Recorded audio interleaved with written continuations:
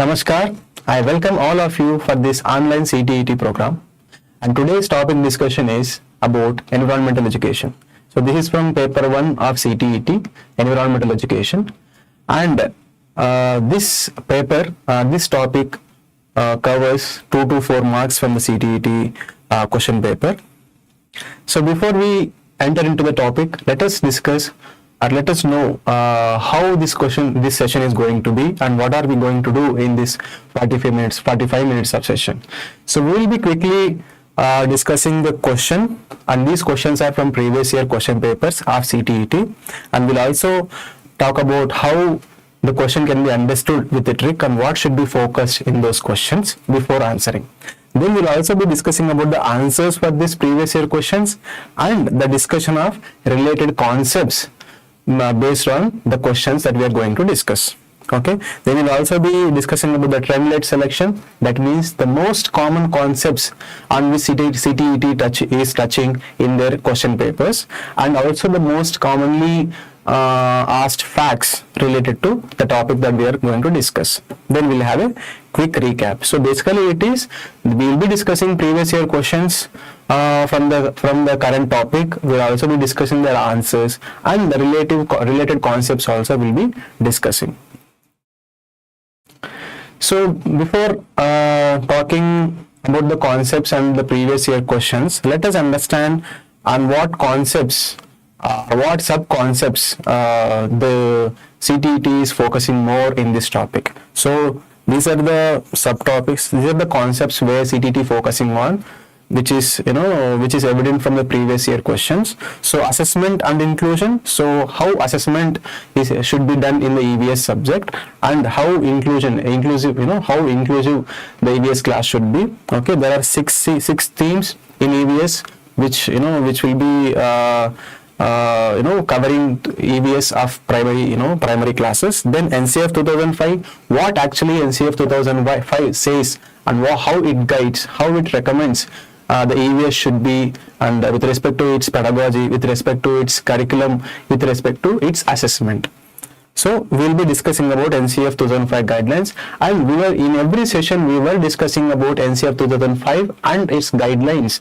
We discussed it in science pedagogy also, we are discussing in EVS also, and we will be discussing in other pedagogies also. And NCF 2005 recommendations for curriculum, for classroom teaching learning process and assessment are very, very important in all the subjects. This NCF 2005 is very crucial, and we'll be focusing on that also. And objectives of EVS, how objectives should be there for EVS, and textbook design and the language. So these are the major concepts. These are the major concepts where CTET was touching upon, where it was focusing more on. So without delay, let us move forward and see how the previous year questions were asked in this topic, and we also discuss the answers and the related concepts. So the first question here is, EVS at primary stage is designated to. Okay, the EVS at the primary stage, they are asking about EVS at the primary stage is designated to. Okay, is it so okay, let me read the options. So teach science separately from social science? Is it to prepare children for competitive exams?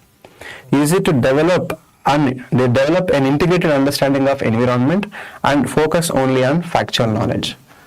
Okay, so what is the answer here? Is it teach science separately from the social science, separating both science and social science? Option 2, prepare children for competitive examinations. Option 3, develop an integrated understanding of the environment. Then option 4, focusing only on the factual knowledge. So if you see, the answer is integrated understanding of the environment. When we were discussing about science and pedagogy, and when EVS was there was a relation to EVS, and we were talking about what kind of subject is it. It is integrated subject. We were talking about EVS is an integrated subject. We'll see how EVS is an integrated subject and what does it integrate. So if you see here, so EVS is an integrated subject. what all it integrates? We should understand that science, social science, and environmental education. So it is an integrated subject of different, specific subjects. That is one science, social science, and 3. So at that, primary level from class 3 to 5, so there won't be separately science subject or separately social science subject or environmental education. Combined together it is EVS. Okay, so in environment, what does it cover? Okay, it will be covering the physical environment, that is abiotic. Scientifically it is called as abiotic. Then the biological environment, that is biotic components, and the social environment where people, culture, and institutions will be present. So it combines all these 3 specific subjects. Okay, and it will be among that it will be covering. In science, it will be covering physical science and biological science. So social, this one. Okay, so this is how it is an integrated subject. So this is what EVS is. When we ask what is EVS, it is an integrated subject which covers science, social science, environmental education. And in science again, it covers both physical environment, biological environment, and society. So let us move forward for the next question. So the next question is, NCF 2005 recommends that EVS teaching at the primary stage should primarily aim at. Okay, so we already told NCF 2005 is very crucial. It will be there in every subject, every topic of this CTET examination. So what is the key word? So we always have to search the keywords. In the previous session also we were focusing on the keywords to answer the questions. So what are the keywords here? It is about NCF 2005 recommendations regarding EVS teaching at the primary stage. So what does NCF 2005 recommends for EVS at the primary stage? What should be its aim at primary stage? So is it acquiring skills to carry out experiments? Is it developing understanding of basic concepts? Is it memorizing basic principles of the subject? Is it linking classroom to linking classroom learning to life outside the school? So which one should be the primary aim of EVS at the primary level? Okay, so when we see, the answer is linking learning to the outside world. So why it is not, we were discussing more on there should be an engagement, there should be active learning process, students should participate. These were the keywords that we were talking in all the sessions that we were having. But right now we are not considering acquiring skills to carry experiments, and we are also not talking about developing understanding of basic concepts, and memorizing the basic principles is completely irrelevant. Why we are considering only linking classroom learning to life outside the school is at the primary stage. Very specifically they have asked that what aim at the primary stage. So when you talk about the primary stage, the aim is linking the classroom learning process to the outside world, which is very important at that level. It is very important at all the levels, but at this level the primary aim is this. So the conducting experiments, acquiring skills, understanding of the basic concepts and all is little later. Focus on experiments and other things will come little later stage, but at primary stage this is the thing. So as CTET is focusing more on EVS, NCF 2005 guidelines to EVS. So what we should know and what we should discuss and what we should know before going for examination regarding NCF 2005 guidelines regarding primary EVS. So it says that class 1 to 2, no EVS textbook. There won't be any separate EVS textbook, and there won't be EVS textbook itself, so deliberately none. So it is to give contextual learning environment. So whatever they discuss, it is based on language, and through language, in language again through poems and stories. So the learning is contextualized to the real life of the children. So until that there won't be any formal textbook there. Then from 3 to 5, an integrated thematic subject will come, that is EVS. Okay, subject across 6 themes. We'll discuss what are the 6 themes and how the teaching learning process should be. It should be activity based, and it should be child centered, and it should be experiential in nature. And how, and again, how it should be true to the child, true to the life, true to the subject. We discussed in the science pedagogy also. So what do we mean by true to the child? True to the child means it should be appropriate to the cognitive level of the child, and it should be appropriate to the environment in which the child is living. What about life? True to the life means connected to the lived experiences, connecting it to the learning should be connected to the real life experiences. What about subject? Subject is reflecting upon the teaching learning process and the content and inquiry. Okay, so these are the important recommendations that NCF 2005, the National Curriculum Framework 2005 says. So true to the life, okay, this is very important. True to child, life and subject. So please don't forget, true to the child means it is for, it should be appropriate to the environment of the child and appropriate to the cognitive level of the child. True to the life means it should be meaningful to the real life, it should be related and linked to the lived experience of the child. And subject means it is how the process of learning is happening, in how investigation, how inquiry is happening. Okay, so this is what it is regarding the NCF 2005 guidelines for EVS. Let us move to the next question now, that is, which of the following is not an objective of teaching EVS at the primary level? One more concept we are touching here, that is objectives of EVS. So here they are asking which of the following is not an objective of teaching EVS at primary level.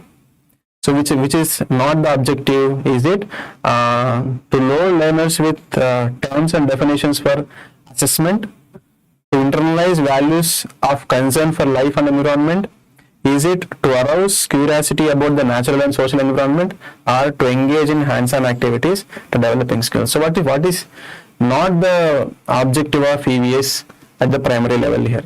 So it is loading the learners with terms and definitions.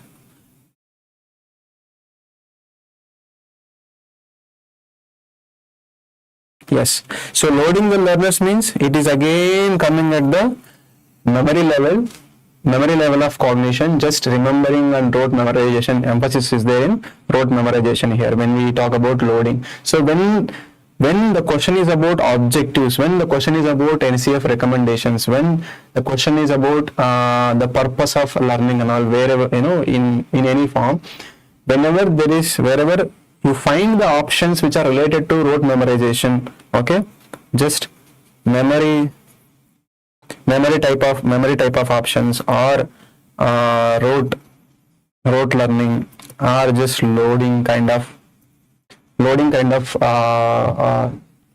words, if you see, so consider that will be the appropriate answer, and that won't be the objective of EVS at all. That won't be the objective of science or EVS or whatever it is. Okay.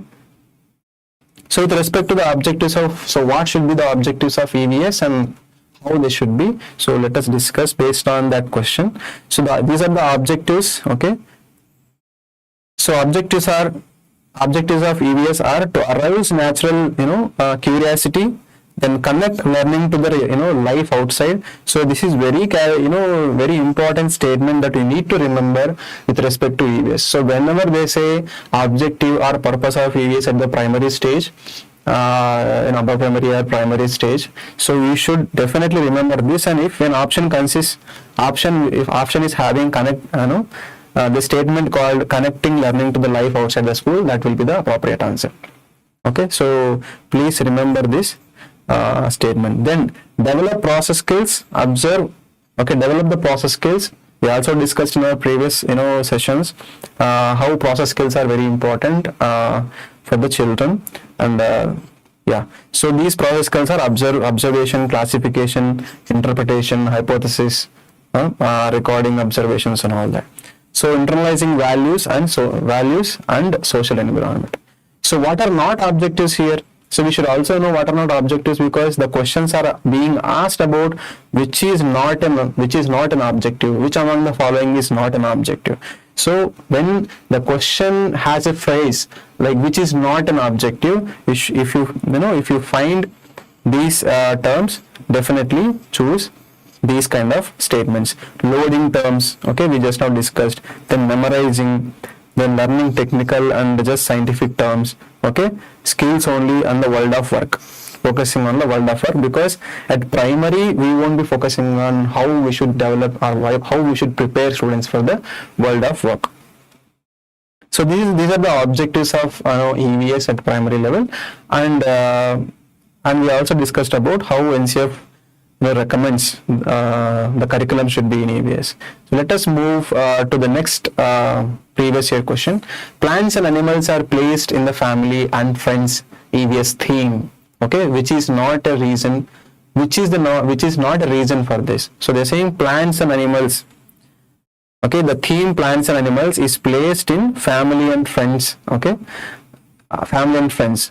So which is not the reason, what is not, which among the following is not the reason for placing plants and animals in family and friends thing. So we were discussing about, I told you that we will be discussing about different themes that come under EVS. So this is the question about the themes, that the 6 cross-cutting, themes which are there in EVS. So which is not the reason for this?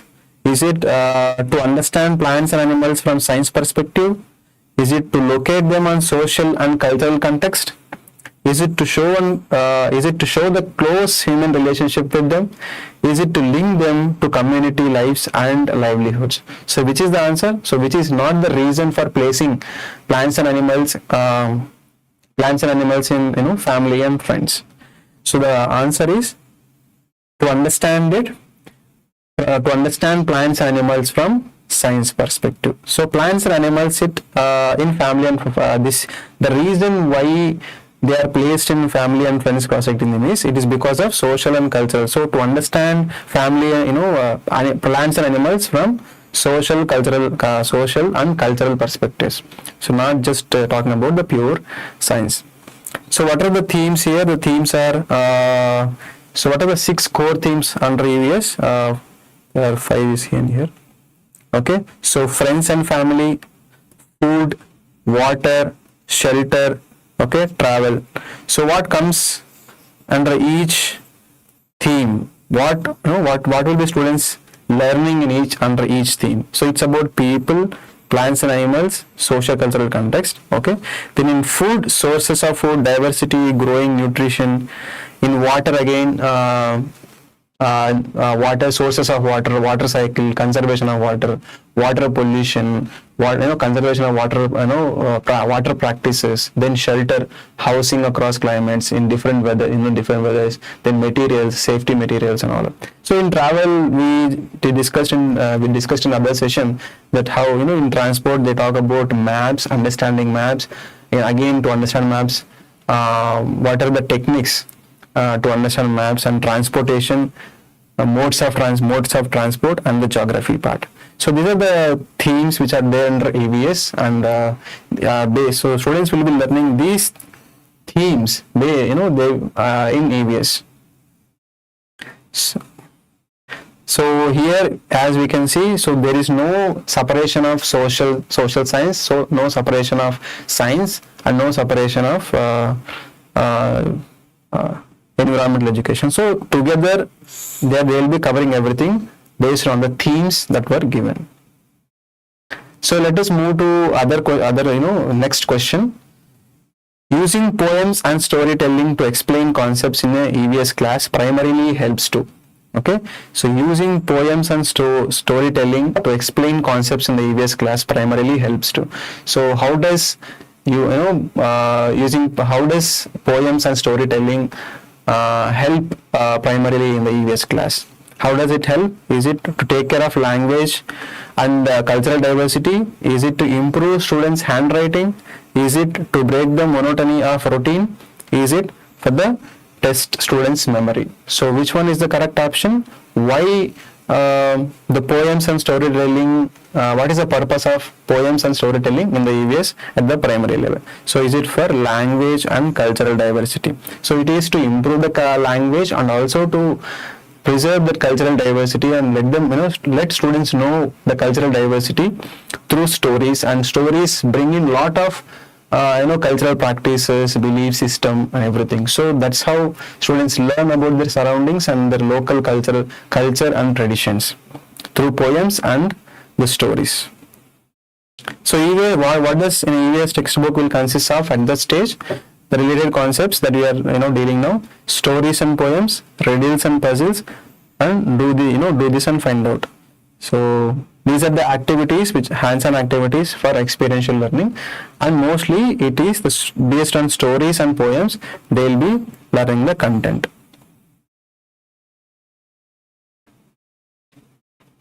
So let us move to the next question.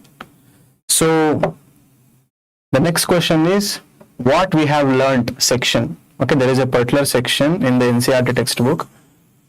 The section name is what we have learnt. Okay, this section in NCERT EVS should not be assessed as right and wrong, because the question is the what we have learned section in NCERT EVS should not be assessed as wrong or right. Okay, wrong or right, because it reduces subjectivity in assessment. Children cannot write correct answers yet. It is more convenient for the teachers. It helps the teacher to know how children are learning. So which is the correct answer? So it is to see how children are learning. So what does this section? So it is to see how children are learning. So what does this section consist of? What does it say? It is about the formative assessment of the child. So what after teaching, after concepts are taught, after concepts are covered in the textbook, there is a section called as what we have learned, to know and to help children to know how much they have understood what they have learned, and it helps as a formative assessment for the child and for the teacher also. The aim is to understand children's reasoning and emerging understanding, not to mark answers right or wrong. Okay, so this section should not test the questions like questions that will have answers like right or wrong only. Okay, they should test the concepts and understanding of the concepts. So assessment, how they should assess, appropriate practices for assessment. It should be continuous in nature, formative. It should happen throughout the teaching learning process and also after the learning process, and it should be able to help both child and the teacher to understand the learning process and to better the learning process. So built initiatives. Then it is based on observation. Assessment is based on observation, portfolios, projects and surveys. It's not like a traditional pen and paper test that will be there in the later stages. The assessment will be based on the assessment techniques at this level are observation, portfolios, projects and surveys. So questions will be asked with respect to this, like which among the following is the best method to assess students, or which among the following is not the best method, or which among the following is not the appropriate way of assessing children at EVS at this level.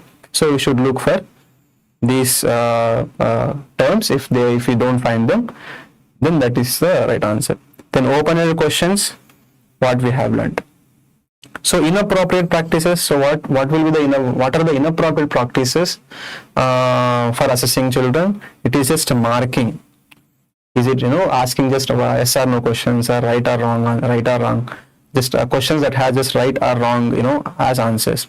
Then rote recall tests, one-time written exams, ranking children by singular correct answers. So all these come on a little later stages, but at that level mostly the assessment will be consisting of observation, portfolios, projects and surveys. The next question now. Let us move forward to next question. A public school has children with special needs studying with other children in the same class. This school follows. Okay, the question again I repeat. The public school has children with special needs studying with other children in same class. So what are the keywords here?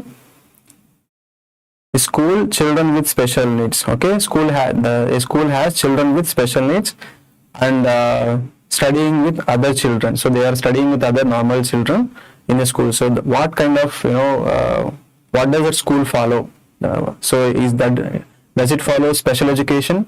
Does it follow remedial education? Does it follow continuous and comprehensive evaluation? Does it follow inclusive education? So when students have different, types, students from different backgrounds and different, needs.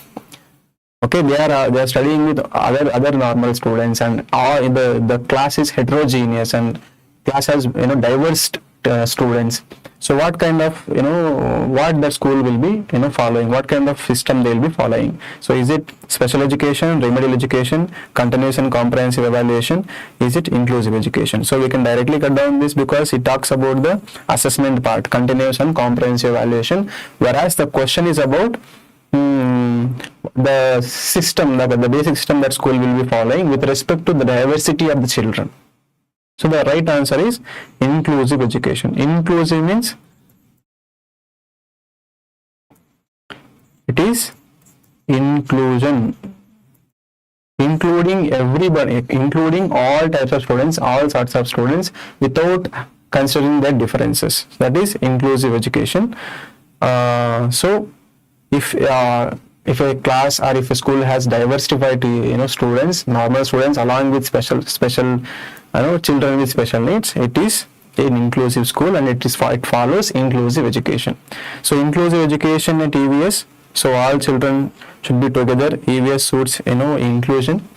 Then diversity as an opportunity, so different abilities and backgrounds enrich the class. So since the diversity is more in the class, so a lot of scope for learning from different perspectives and from different backgrounds of the students. So these are the few questions that were asked in the previous years in CTET. So I hope you understood how questions are asked and which concepts they are focusing more. So let us now quickly revise what we have discussed now, and try to remember the most important and most repeated statements and concepts and the facts really in this topic before we wind up this session. So EVS integrated, it is about the concept of EVS. What is EVS we discussed in the first slide itself. So it is an integration of science, social science and environmental education. Then we also discussed about NCF, the recommendations and the aims of EVS. So how classroom should be, the objectives of EVS, how the curriculum should be, then how assessment should be, and what does NCF 2005 says for this. Then we also talked about what are not objectives, okay, definitions, technical terms, memorizing, world of work. If these kind of words are seen and in questions like which is not in the questions that ask for non-objectives, so search for these kind of terms. Then these are the major six themes which covers full EVS content, that is family and friends, food, water, shelter, travel and make and do. So it's based, the teaching learning process is completely on story and language. So in language, poems through poems and language. Assessment is formative and inclusive, considering the differences between the children at that stage.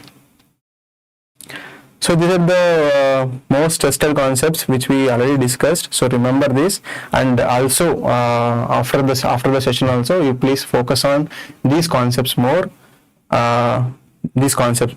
So what are non-objectives of EVS? Okay, what are the themes of EVS?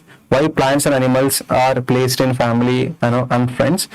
Why poems and stories at that stage? Why poems and stories are used at the stage as teaching learning process, and special needs people and the same class, regarding inclusive education and how environmental education emphasize for and promote inclusive education. Okay, so this is about environmental education. We have discussed about its all cross-cutting themes. We have discussed about its definition, that integrated concept, and how assessment should be for EVS, and what NCF 2005 recommends